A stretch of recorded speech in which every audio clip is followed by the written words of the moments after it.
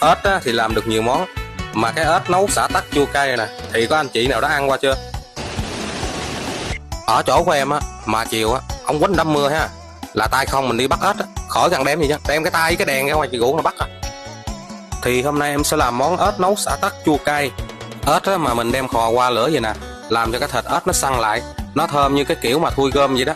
Thì nấu cái món ếch này nó đơn giản cũng nhanh lắm nha, không có lâu đâu, 20 phút là chúng ta có một cái nồi ếch nấu xả tắc chua cay rồi đó.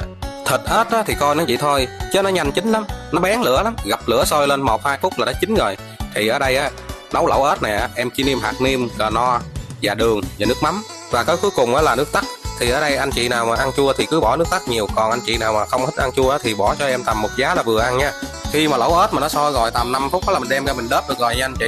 Thì trước khi đớp là mình làm chén nước mắm này nè, cho nó cay nồng lên đi rồi mình hãy đem ra mình đớp.